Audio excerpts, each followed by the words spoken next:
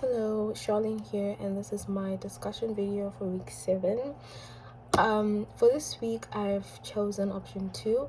I will listen and discuss 2 primary sources from this week and explain how they have shaped my understanding of the Cold War at most.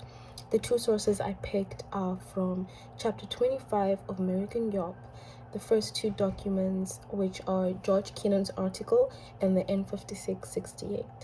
So both of these documents are connected to the containment, and it explains its origin and how it became globalized.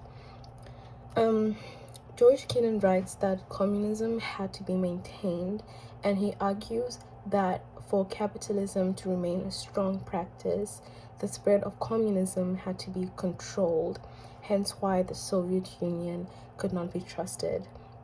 He warned Americans that the Soviet Union could be seen as the enemy, and he highlights the importance of strategically resisting the ideologies of communism.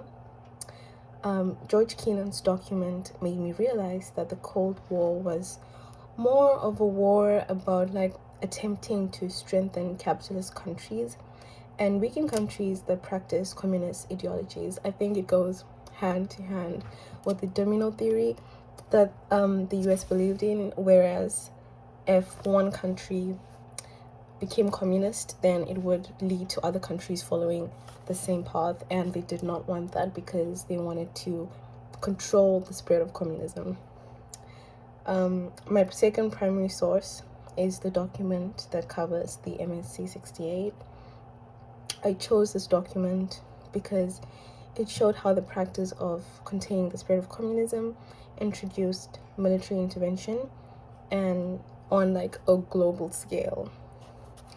The N5668 basically argues that the US had to respond to the threats of communism and the USSR through military strength and encourage the increase of defense spending. So they had to spend money so that they could defend themselves from that spread of communism.